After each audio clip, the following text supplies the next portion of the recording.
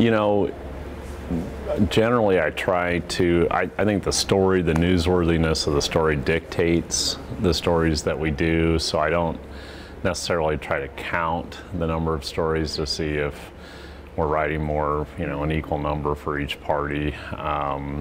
But definitely, as far as if within a story, we do definitely try to balance and provide different perspectives and, you know, talk to representatives from each party or candidates and so forth. Yeah, especially in election stories, we really try to be as you know, give equal amounts of space as much as possible.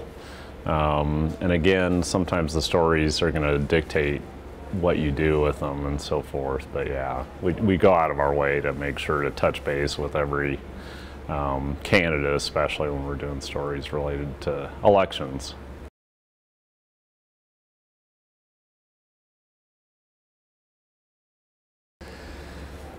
Well, I think for me it starts with genuinely trying to maintain an open mind.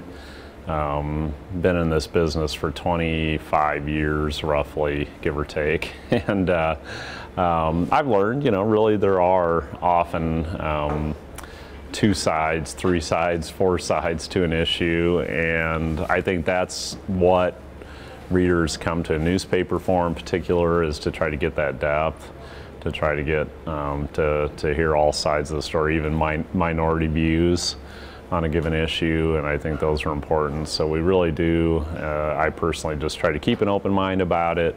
I try to seek out different opinions. I'll you know, do internet research to find out what other views are out there and make an effort to contact sources that will bring those different perspectives to a story.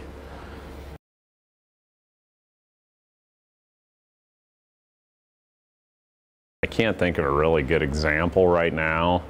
I've been fortunate to work for organizations, you know, news organizations that have tried really hard to maintain a wall between, for example, the advertising departments, and it's not just corporations or companies or business interests. It can certainly be institutions that try to exert pressure on how a story is written and that sort of thing, and so that all comes into play as well. But I've been pretty fortunate. I can't think of a really overt situation in which I felt like there was a conflict of interest. I guess, you know, certainly journalism throughout my entire career, which now stretches, as I mentioned, about 25 years, I've always been worked for corporate news enterprises in which I'm one of the newspapers in a chain, so to speak. And so, you know, there are times, and now certainly I work for a newspaper that is owned by a big corporate enterprise, Berkshire Hathaway, which has a lot of other holdings out there, is well known. But you know, there's real insulation, I think. You know, as far as getting to the reporter level, I don't sit and go through a process of trying to decide, is there a conflict here? Some people may view that there is when they read the story, or when they think about, okay, well, he's writing about so-and-so candidate whose views are opposed to the owner of his newspaper, and so surely that's going to color his coverage. And I can honestly say that that's not the case, that decisions on what to cover and how to cover it are made independently. And I think, you know, it's an interesting question, and maybe one that I've been fortunate enough not to have to be confronted by, in which it's really sort of become really apparent that there's a potential conflict here. But I mean, certainly if a corporate owner were involved in certain issues in certain ways, that we'd have to go through that process of thinking a little bit about how we cover it and so forth.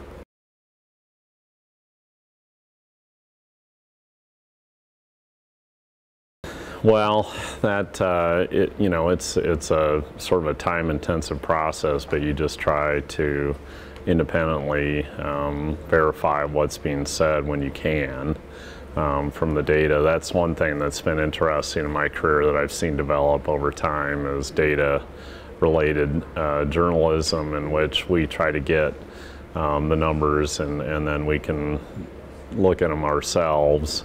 But at any rate, we ask for the copies as basic in as basic or raw form as possible, so that we can do our own independent review of it. But sometimes, in reality, you're on deadline, you've got a limited amount of time to get a story out. What you do is you attribute, okay, this is according to the governor says such and such, and then if you find somebody out there who disagrees with it or says that that's wrong, you report it. Sometimes you have to come back to it. You just do the best you can on deadline, and then you spend the time kind of trying to double check after the story's been published, or to review to see if there's something fishy in the way the numbers were reported.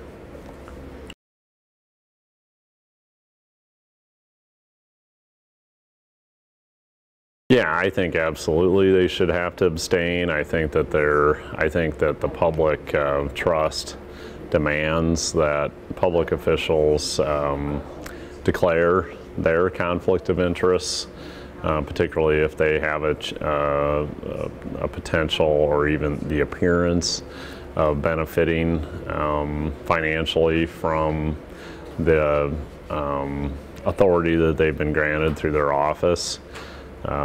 So yeah, absolutely, and I think that disclosure, I think many politicians understand that, and they disclose their conflicts.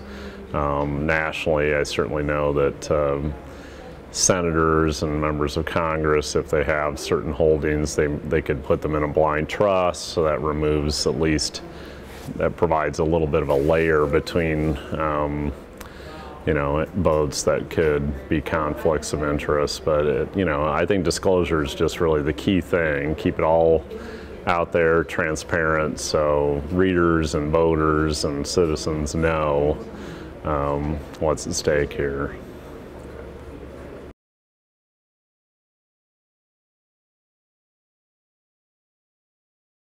Generally speaking, I'm a proponent of the free flow of information, so I think, on balance, it's good. It's the more, I think it shows, I think the interest in social media and Twitter and some of the other, Facebook and some of those other social media outlets shows that there's, still a huge demand and an interest for information. I think so. That's good. That's all good.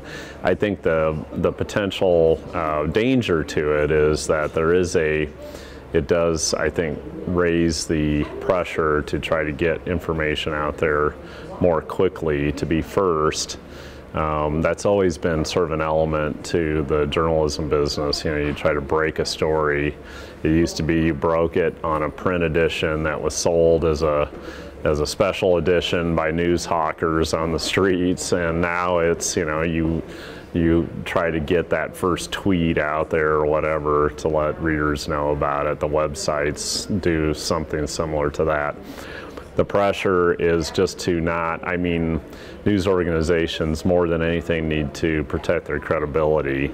And if you send out too many tweets that you have to correct, or web postings that you have to correct, and that's a problem. That whittles away at your credibility. So I think most editors and most news organizations would rather get it right than get it first. Ideally you get it first and get it right, but you have to take a deep breath and step back and wait until you verify if you can. I think the current issues surrounding Nebraska football, illustrate that really well. That I mean, some of the stuff that I've sort of heard about and seen on Twitter in the last few days, just to me seems to be nothing more than just pure gossip.